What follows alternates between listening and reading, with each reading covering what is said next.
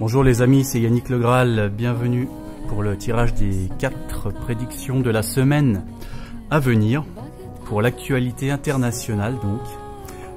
Juste avant, je vous fais un petit point rapide sur l'actualité de la semaine dernière. Donc j'avais vu une nouvelle provocation du régime iranien. Il se trouve que le dimanche, l'armée iranienne a de nouveau provoqué en réquisitionnant un troisième pétrolier étranger, britannique, qui était symbolisé par le gros camion américain au bout de la ligne. J'avais aussi prédit une histoire de partage en Israël et avec le Jourdain. Et il se trouve que Israël a approuvé mardi ou mercredi la construction de nouveaux logements israéliens en Cisjordanie, donc Jordanie-Jourdain, c'est bordé par le Jourdain, Cisjordanie, donc de 2300 logements israéliens contre seulement 600 pour les Palestiniens. Donc voilà, le partage inéquitable et la trahison qui était exprimée dans la ligne sont là. Et alors, il me manquait encore ce matin les 2 premiers événements. Et je suis tombé sur cette histoire qui fait les unes en ce moment, de cette adolescente de 15 ans, franco-irlandaise, qui a disparu en Malaisie. Donc il se trouve que l'événement numéro 2 symbolise cette disparition. Et je vous dis ça parce que cette semaine, cette histoire revient dans mon tirage. Alors, donc c'est un tirage qui concerne la période du samedi 10 août au vendredi 16 août 2019. Voilà, dans la voyance, quand on peut, on est précis et on donne des dates parce que prédire des incendies dans l'année par exemple, alors qu'il y a 150 000 départs d'incendie chaque année en France, voilà, c'est un petit peu facile, donc méfiez-vous des faux prophètes et puis écoutez les gens qui font de la voyance avec discernement. Voilà, hein, trier le bon grain de livret. Donc je vous parlais de la Malaisie. Alors donc quand je tire mes cartes, hein, je les tire retournées, évidemment, comme ceci. Et donc là j'ai le vice-versa tarot.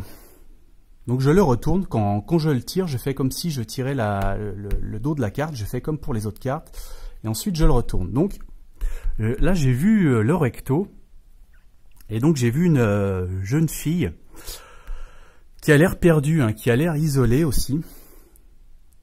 Hein, vous voyez qu'elle est seule dans la nuit, cette jeune fille. On voit des montagnes derrière elle, et j'ai repensé à cette histoire de Malaisie. Donc j'ai retourné la carte. Et là, ce qui m'a frappé, c'est ce soleil. Ce soleil et cette lune. Donc là, j'ai pris mon téléphone, j'ai tapé Malaisie drapeau. Et devinez ce qu'il y a sur le drapeau de la Malaisie. Un soleil et une lune. Donc là, il n'y a clairement aucun doute. Ça fait référence à cette disparition de cette jeune fille. D'ailleurs, je vais vous mettre sa photo, qui a également de grandes similitudes avec le visage qu'il y a ici. J'ai pas l'impression que la mise au point soit faite. Voilà. Et on a aussi les montagnes ici, hein, les petites montagnes de Malaisie, voilà, qui culminent à 2000 mètres. Donc voilà, on a ce 8 de calice. On a le fou. On a l'inquisition. On a l'amitié. Donc la première carte, je vous dis, elle ne m'a laissé aucun doute d'ailleurs. Là, on voit aussi ces coupes qui peuvent symboliser les bandes du drapeau malaisien, hein, où il y a justement une lune et un soleil, et des bandes rouges et blanches. Donc là, il y a vraiment un symbolisme total. Donc là, en fait, cette carte, là, ce qu'elle semble dire, c'est qu'il va y avoir un abandon des recherches, je pense. Cet homme, c'est quelqu'un qui a subi une grande peine de cœur, une grande déception, Et là, il tourne le dos à la scène désolante qu'il a vécue, si vous voulez. Et là, en plus, on a cette fille derrière, donc qu'il semble quitter, hein, il le regarde s'en aller comme ça. Donc, moi, je pense que, alors, soit il y a quelqu'un qui laisse cette fille dans la jungle, qui est retrouvée, mais moi, je pense plutôt que là, ça m'évoque un arrêt des recherches de cette jeune fille. Alors, donc là, c'était très clair. Le reste, je me suis demandé pourquoi ce fou. Alors, cette jeune fille, quand même, il faut savoir qu'elle était légèrement handicapée mentale, hein, je crois, et que ses parents ont dit que ce n'était pas d'ailleurs dans ses capacités intellectuelles de faire une fugue, surtout au milieu de la jungle. Et donc là, on a la folie et on a la liberté. Hein. Vous voyez que cet ancien pape, maintenant, il est dans la rue, il a abandonné sa vie pour mendier, hein, pour avoir une vie assez dure. Donc là, ça m'évoquerait cette notion voilà, de retard de développement intellectuel de cette adolescente et de liberté. Et alors là, très étrangement, j'ai l'Inquisition. Mais l'Inquisition, si on abandonne les recherches, ça signifie qu'on n'a pas retrouvé la fille. Donc qui on peut juger? A priori, on ne peut pas juger les coupables. Et alors, il y a deux versions apparemment. Les parents de la fille donc disent qu'elle aurait été enlevée au milieu de la nuit, donc, pendant qu'elle dormait, alors que le gouvernement malaisien, lui, soutiendrait plutôt la thèse d'une fugue de la jeune fille.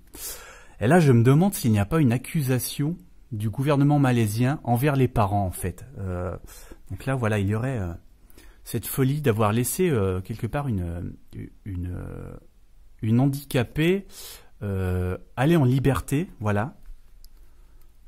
Ce serait une accusation envers la mère, hein, envers les parents du gouvernement malaisien peut-être. Et donc là, on aurait les amis, c'est-à-dire le soutien eh bien des familles, des amis des familles ici, face à cette accusation et à cette double peine finalement pour la famille, hein, l'accusation et la perte de leur fille. Voilà, donc voilà ce que je vois pour cette ligne. Alors, l'événement numéro 2. On a le valet de Pentacle.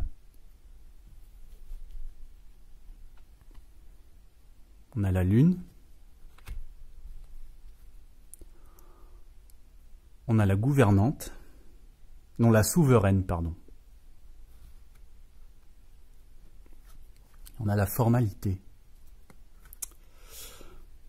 Donc là, je vois un jeune homme qui est bien loti, un jeune homme qui vit dans le luxe, qui a un certain attrait pour le luxe. Hein. Vous voyez qu'il a des habits de noble ici, qu'il a de l'argent ou qu'il est attiré par l'argent. Voilà, il a un certain pouvoir dans ses mains, ce jeune homme. Et là, il y a une jeune fille ici, séduisante. Et vous voyez qu'il y a une main tendue vers cette jeune fille. La scène des deux cartes se passe toutes les deux dans la nuit, sous les étoiles. Donc j'ai l'impression qu'il y a une histoire de relation romantique ici, peut-être entre un prince, et voilà, donc la fille qu'il a choisie finalement quelque part. Là on a la souveraine. Donc est-ce que finalement, si c'est un prince, cette femme serait appelée à devenir princesse, voilà. Ou alors est-ce que c'est la mère finalement, est-ce que ce serait le fils d'une reine, je ne sais pas, certainement une des deux hypothèses. Là on a la pomme, hein, qui évoque encore la sensualité. Ici on a une jeune femme plantureuse. Donc voilà, une souveraine. Est-ce qu'elle est appelée à devenir une souveraine ou est-ce que c'est la mère souveraine? Et donc là, la formalité, donc je pense qu'il y a l'officialisation de cette union. Hein. Voilà, les choses vont être faites de manière officielle. Voilà, des fiançailles peut-être. Hein. Donc voilà pour cette ligne, hein, des fiançailles d'un couple princier, d'un couple royal, quelque chose de cette veine. Alors, troisième événement, le diable. La reine de coupe,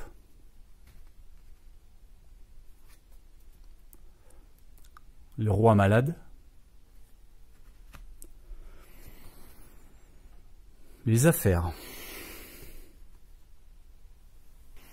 Alors là, le diable. Le diable, il m'évoque un abus de pouvoir ici. Quelqu'un qui est en position de supériorité et qui en profite pour mettre des gens à ses pieds, voilà, pour enchaîner certaines personnes plus faibles, qui ont moins de pouvoir peut-être.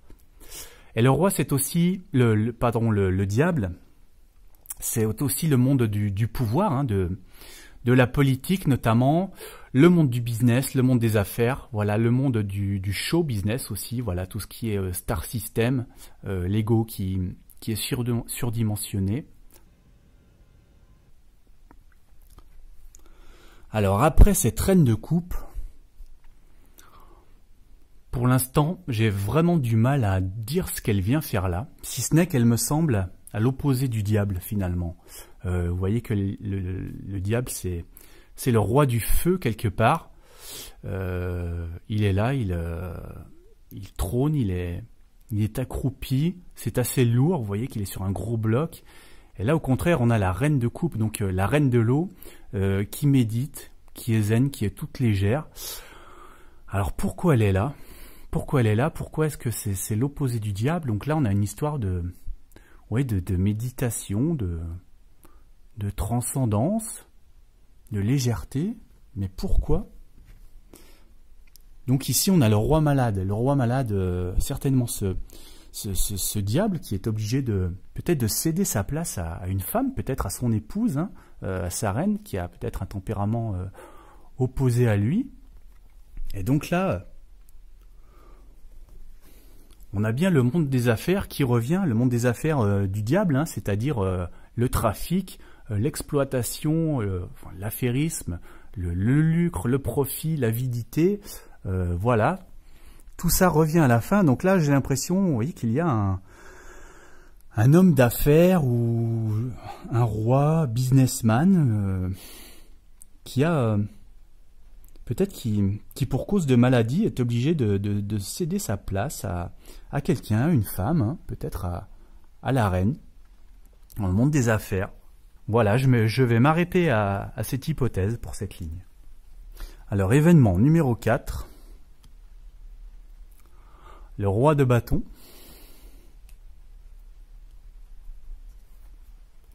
Le 8 de coupe.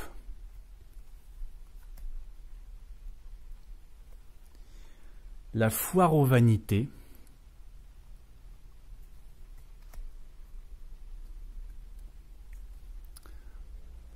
Maladie. Voilà. Alors tout ça. Moi, quand j'ai vu cette carte, cela m'a évoqué la Chine, l'État chinois. L'État chinois, là j'ai vu en fait ce bâton voilà, qui m'a évoqué les manifestations, vous savez, à Hong Kong, qui durent depuis des semaines et des semaines, et le pouvoir chinois qui veut se faire de plus en plus répressif. Donc là, cette posture m'a évoqué l'État chinois. Là, on a les couleurs jaune et rouge, oui, jaune et or, rouge et or, voilà, je vais y arriver, qui évoque le drapeau de la Chine.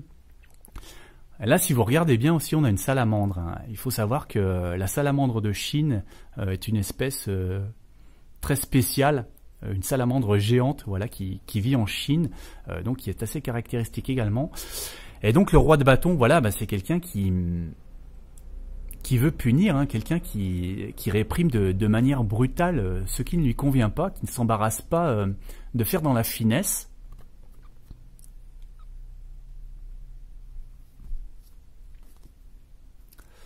Alors ce 8 de coupe, vous voyez qu'on a une femme qui a le Graal, autrement dit un certain pouvoir, qui a le pouvoir, et derrière on a des gens qui sont mécontents, hein, qui évoquent les manifestations.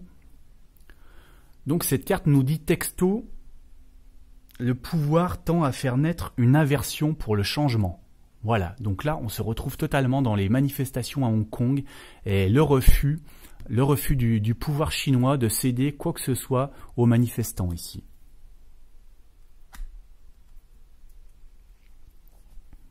La foire aux vanités. Alors là, elle m'a interrogé un petit moment, cette carte. Et finalement, je pense que déjà vous voyez qu'il y a une rose ici, hein, une rose. Le drapeau de Hong Kong, c'est une fleur. Voilà, une fleur au milieu de cette carte, comme sur le drapeau. Alors bon, c'est bien joli tout ça, mais qu'est-ce que ça veut dire? Je pense que c'est une accusation du gouvernement chinois, en fait. Vous voyez que tous ces gens se regardent, s'envient, et sont tous habillés à l'occidental. Alors à l'ancienne, hein, mais des habits occidentaux. Et la foire aux vanités, donc c'est les apparences, c'est le mode de vie, voilà, c'est tout ce qui se rapporte à ça. Et donc je pense qu'il y a une accusation donc du pouvoir chinois de vouloir vivre à l'occidental de la part de Hong Kong.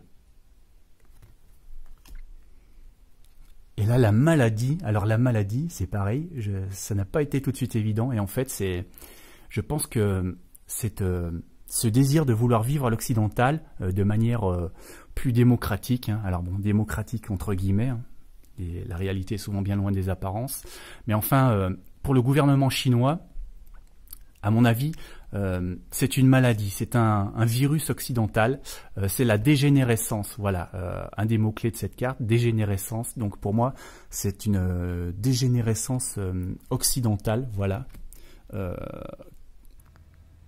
C'est un terme proche de ça, je pense, qui va être utilisé par le gouvernement chinois. Alors pour réprimer, est-ce qu'il va vraiment baisser son bâton et taper sur les manifestants?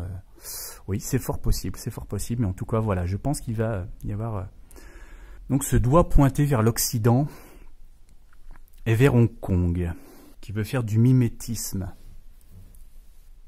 Voilà les amis, pensez à me soutenir de temps en temps via les liens sous la vidéo. Mettez un petit pouce bleu sous la vidéo également. Abonnez-vous aux notifications et puis aux vidéos. Et je vous dis à très bientôt. Soyez bénis.